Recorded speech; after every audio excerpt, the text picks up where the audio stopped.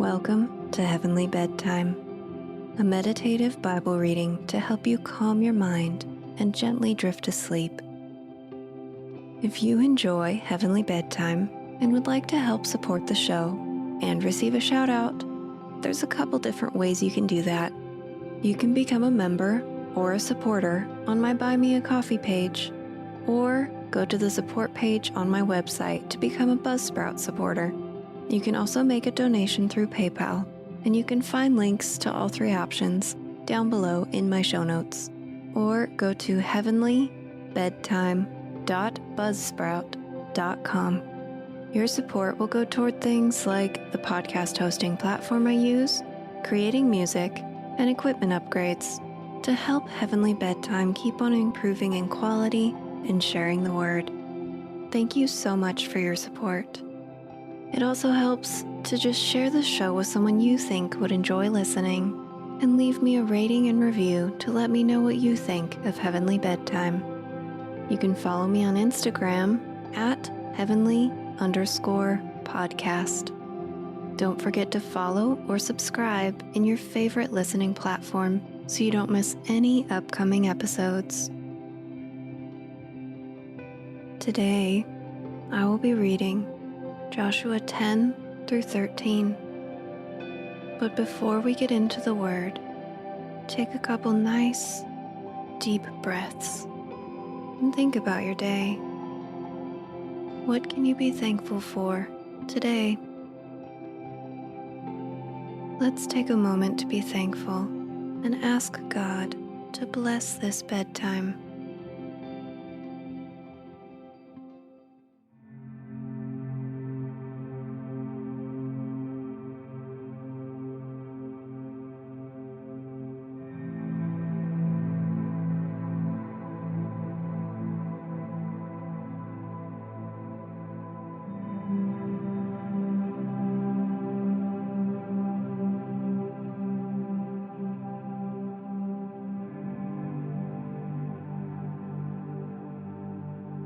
Adoni-Zedek, king of Jerusalem, heard that Joshua had captured and completely destroyed Ai and slain its king, just as he had destroyed the town of Jericho and slain its king. He also learned that the Gibeonites had made peace with Israel and were now their allies. He and his people became very afraid when they heard all this, because Gibeon was a large town, as large as the royal cities and larger than Ai, and the Gibeonite men were strong warriors. So King Adoni-Zedek of Jerusalem sent messengers to several other kings: Hoham of Hebron, Piram of Jarmuth, Japhia of Lachish, and Debir of Eglon. "Come and help me destroy Gibeon," he urged them, "for they have made peace with Joshua and the people of Israel." So these 5 Amorite kings combined their armies for a united attack. They moved all their troops into place and attacked Gibeon. The men of Gibeon quickly sent messengers to Joshua at his camp in Gilgal. "Don't abandon your servants now," they pleaded. "Come at once, save us, help us. For all the Amorite kings who live in the hill country have joined forces to attack us." So Joshua and his entire army, including his best warriors, left Gilgal and set out for Gibeon. "Do not be afraid of them," the Lord said to Joshua, "for I have given you victory over them. Not a single one of them will be able to stand up to you." Joshua traveled all night from Gilgal and took the Amorite armies by surprise.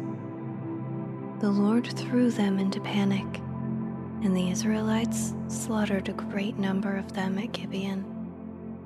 Then the Israelites chased the enemy along the road to Beth Horon. slaying them all along the way to Azekah and Makkedah. As the Amorites retreated down the road from Beth Horon, the Lord destroyed them with a terrible hailstorm from heaven that continued until they reached Azekah. The hail killed more of the enemy than the Israelites did with the sword. On the day the Lord gave the Israelites victory over the Amorites, Joshua prayed to the Lord in front of all the people of Israel. He said,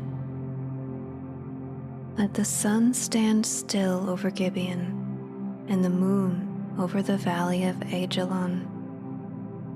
So the sun stood still, and the moon stayed in place, until the nation of Israel had defeated its enemies. Is this event not recorded in the book of Joshua? The sun stayed in the middle of the sky, and it did not set as on a normal day. There has never been a day like this one before or since, when the Lord answered such a prayer. Surely the Lord fought for Israel that day. Then Joshua and the Israelite army returned to their camp at Gilgal. During the battle, the 5 kings escaped and hid in a cave at Makkedah. When Joshua heard that they had been found, he issued this command: "Cover the opening of the cave with large rocks, and place guards at the entrance to keep the kings inside. The rest of you continue chasing the enemy and cut them down from the rear. Don't give them a chance to get back to their towns, for the Lord your God has given you victory over them." So Joshua and the Israelite army continued the slaughter and completely crushed the enemy. They totally wiped out the 5 armies, except for a tiny remnant that managed to reach their fortified towns. Then the Israelites returned safely to Joshua in the camp at Makkedah. After that, no one dared to speak even a word against Israel. Then Joshua said, "Remove the rocks covering the opening of the cave, and bring the 5 kings to me." So they brought the 5 kings out of the cave, the kings of Jerusalem, Hebron, Jarmuth, Lachish, and Eglon. When they brought them out, Joshua told the commanders of his army, "Come out and put your feet on the kings' necks." And they did as they were told. "Don't ever be afraid or discouraged," Joshua told his men. "Be strong and courageous, for the Lord is going to do this to all of your enemies." Then Joshua slayed each of the 5 kings and impaled them on 5 sharpened poles, where they hung until evening. As the sun was going down, Joshua gave instructions for the bodies of the kings to be taken down from the poles and thrown into the cave where they had been hiding. Then they covered the opening of the cave with a pile of large rocks, which remains to this very day. That same day, Joshua captured and destroyed the town of Makkedah. He killed everyone in it, including the king, leaving no survivors. He destroyed them all, and he killed the king of Makkedah as he had killed the king of Jericho. Then Joshua and the Israelites went to Libnah and attacked it. There, too, the Lord gave them the town and its king. He destroyed everyone in it, leaving no survivors. Then Joshua killed the king of Libnah, as he had killed the king of Jericho. From Libnah, Joshua and the Israelites went to Lachish and attacked it. Here again, the Lord gave them Lachish. Joshua took it on the second day and killed everyone in it, just as he had done at Libnah. During the attack on Lachish, King Horam of Gezer arrived with his army to help defend the town. But Joshua's men killed him and his army, leaving no survivors. Then Joshua and the Israelite army went on to Eglon and attacked it. They captured it that day and killed everyone in it. He completely destroyed everyone, just as he had done in Lachish. From Eglon, Joshua and the Israelite army went up to Hebron and attacked it. They captured the town and killed everyone in it, including its king, leaving no survivors. They did the same thing to all of its surrounding villages, and just as he had done at Eglon, he completely destroyed the entire population. Then Joshua and the Israelites turned back and attacked Debir. He captured the town, its king, and all of its surrounding villages. He completely destroyed everyone in it, leaving no survivors. He did to Debir and its king just what he had done to Hebron and to Libnah and its king. So Joshua conquered the whole region. The kings and people of the hill country, the Negev, the western foothills, and the mountain slopes. He completely destroyed everyone in the land, leaving no survivors, just as the Lord, the God of Israel, had commanded. Joshua slaughtered them from Kadesh Barnea to Gaza, and from the region around the town of Goshen up to Gibeon. Joshua conquered all these kings and their land in a single campaign, for the Lord, the God of Israel, was fighting for his people. Then Joshua and the Israelite army returned to their camp at Gilgal.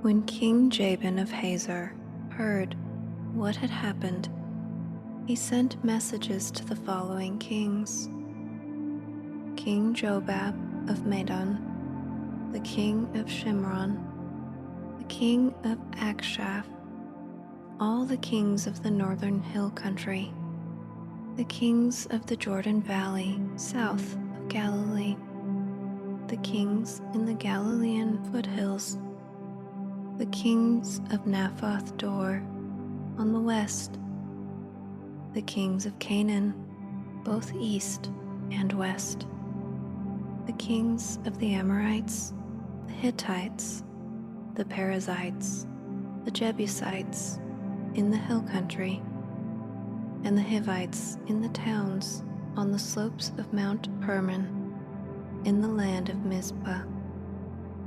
All these kings came out to fight. Their combined armies formed a vast horde, and with all their horses and chariots, they covered the landscape like the sand on the seashore.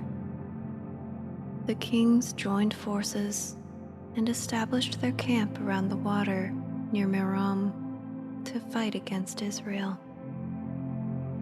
Then the Lord said to Joshua, "Do not be afraid of them. By this time tomorrow, I will hand them over to Israel as dead men. Then you must cripple their horses and burn their chariots." So Joshua and all his fighting men traveled to the water near Merom and attacked suddenly. And the Lord gave them victory over their enemies. The Israelites chased them as far as Greater Sidon and Mizrephoth-Maim, and eastward into the valley of Mizpah, until not one enemy warrior was left alive. Then Joshua crippled the horses and burned all the chariots, as the Lord had instructed. Joshua then turned back and captured Hazor and killed its king. Hazor had at one time been the capital of all these kingdoms. The Israelites completely destroyed every living thing in the city, leaving no survivors. Not a single person was spared. And then Joshua burned the city. Joshua killed all the other kings and their people, completely destroying them, just as Moses, the servant of the Lord, had commanded. But the Israelites did not burn any of the towns built on the mounds, except Hazor, which Joshua burned. And the Israelites took all the plunder and livestock of the ravaged towns for themselves. But they killed all the people, leaving no survivors, as the Lord had commanded his servant Moses. So Moses commanded Joshua. And Joshua did as he was told, carefully obeying all the commands that the Lord had given to Moses. So Joshua conquered the entire region, the hill country, the entire Negev, the whole area of the town of Goshen, the western foothills, the Jordan Valley, the mountains of Israel, and the Galilean foothills. The Israelite territory now extended all the way from Mount Halak, which leads up to Seir in the south, as far north as Baal-Gad at the foot of Mount Hermon in the valley of Lebanon. Joshua killed all the kings of those territories, waging war for a long time to accomplish this. No one in this region made peace with the Israelites except the Hivites of Gibeon. All the others were defeated, for the Lord hardened their hearts and caused them to fight the Israelites. So they were completely destroyed without mercy, as the Lord had commanded Moses. During this period, Joshua destroyed all the descendants of Anak, who lived in the hill country of Hebron, Debir, Anab, and the entire hill country of Judah and Israel. He killed them all and completely destroyed their towns. None of the descendants of Anak were left in all the land of Israel, though some still remained in Gaza, Gath, and Ashdod. So Joshua took control of the entire land, just as the Lord had instructed Moses. He gave it to the people of Israel as their special possession, dividing the land among the tribes. So the land finally had rest from war.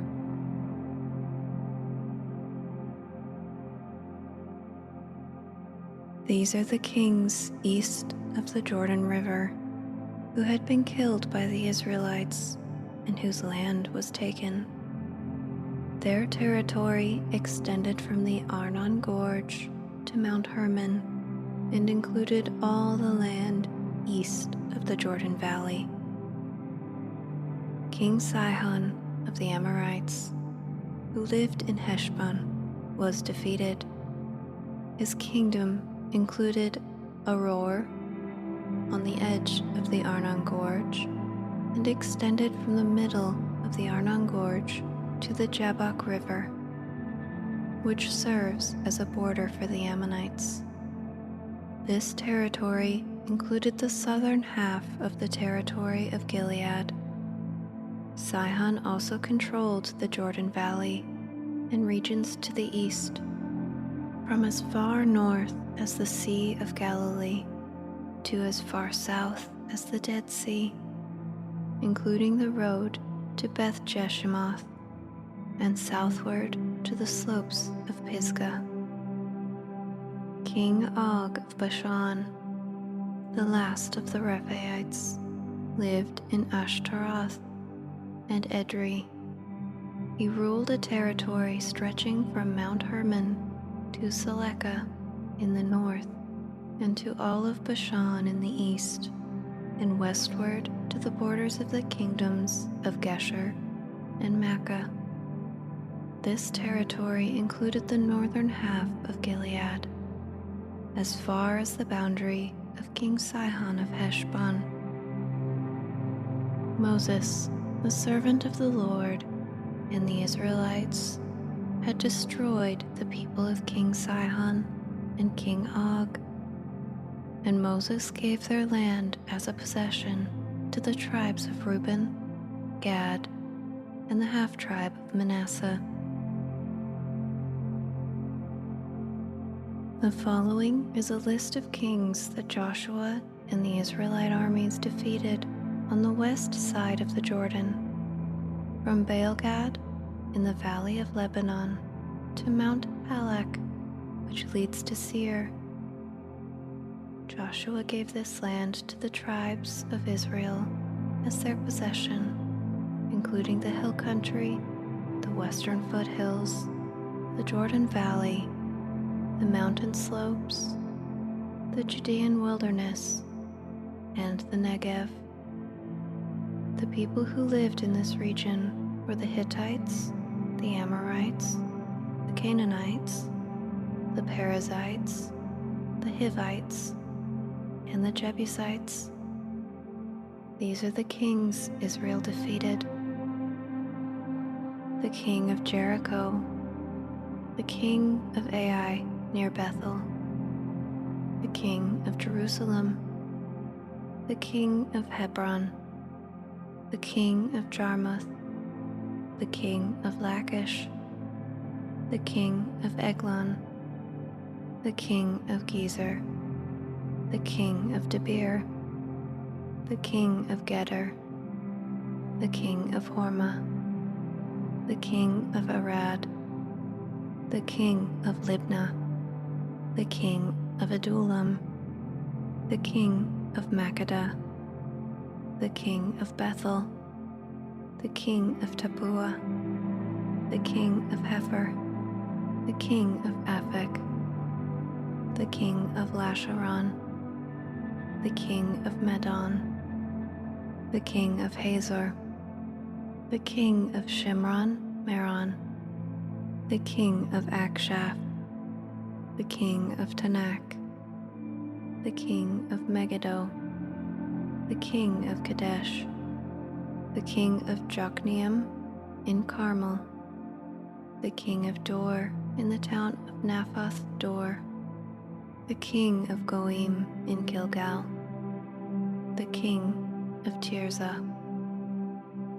In all, 31 kings were defeated.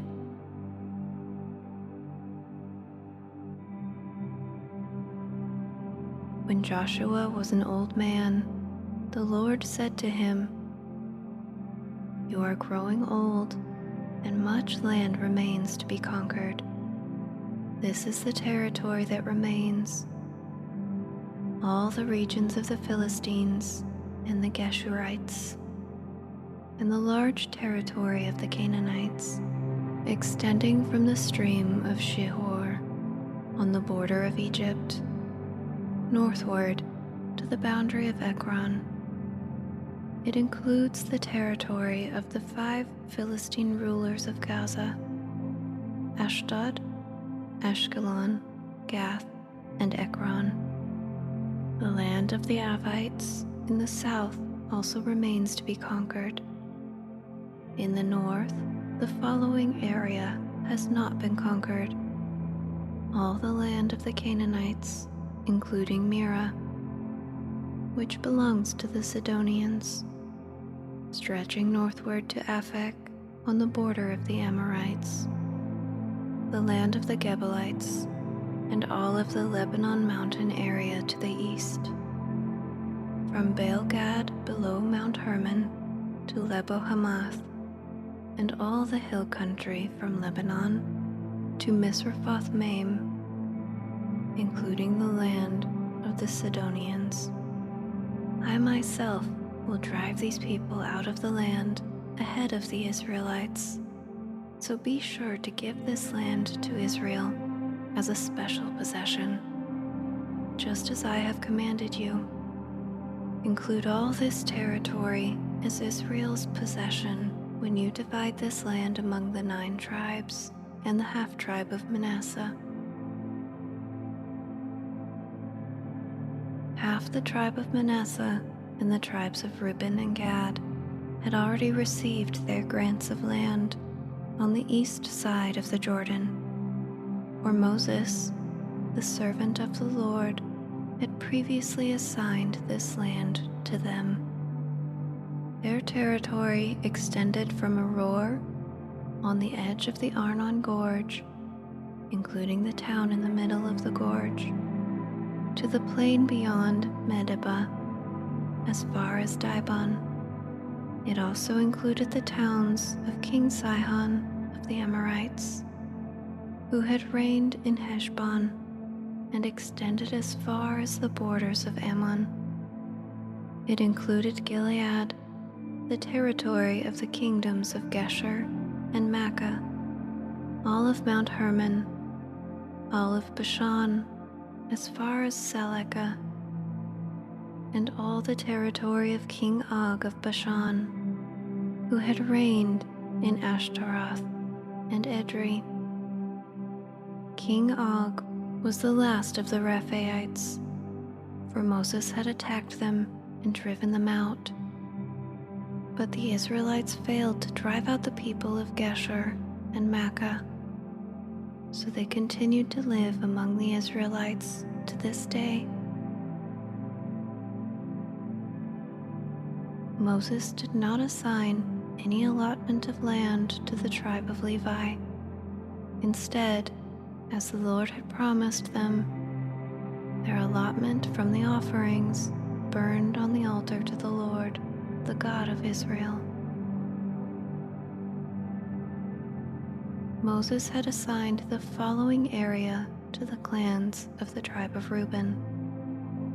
Their territory extended from Aroer on the edge of the Arnon Gorge, including the town in the middle of the gorge, to the plain beyond Medeba.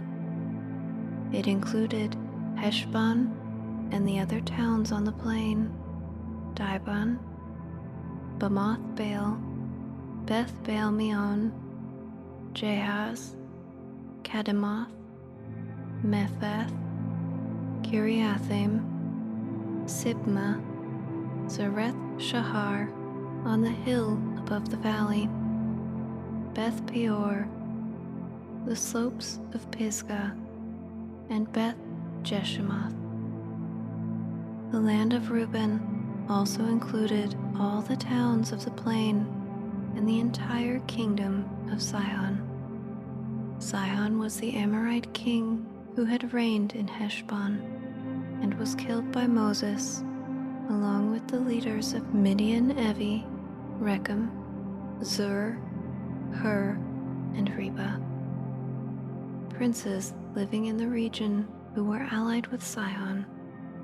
The Israelites had also killed Balaam, son of Beor, who used magic to tell the future. The Jordan River marked the western boundary for the tribe of Reuben. The towns and their surrounding villages in this area were given as a homeland to the clans of the tribe of Reuben. Moses had assigned the following area to the clans of the tribe of Gad. Their territory included Jazer, all the towns of Gilead, and half of the land of Ammon, as far as the town of Aroer, just west of Rabbah. It extended from Heshbon to Ramoth Mizpeh and Betanim, and from Mahanaim to the territory of Lo Debar. In the valley were Beth Haram Beth Nimrah, Succoth, Zaphon, and the rest of the kingdom of King Sihon of Heshbon. The western boundary ran along the Jordan River, extended as far north as the tip of the Sea of Galilee, and then turned eastward. The towns and their surrounding villages in this area were given as homeland to the clans of the tribe of Gad. Moses had assigned the following area to the clans of the half-tribe of Manasseh. Their territory extended from Mahanaim, including all of Bashan, all the former kingdom of King Og, and the 60 towns of Jair in Bashan. It also included half of Gilead and King Og's royal cities of Ashtaroth and Edrei. All this was given to the clans of the descendants of Machir, who was Manasseh's son. These are the allotments Moses had made while he was on the plains of Moab, across the Jordan River, east of Jericho. But Moses gave no allotment of land to the tribe of Levi, for the Lord, the God of Israel, had promised that he himself would be their allotment.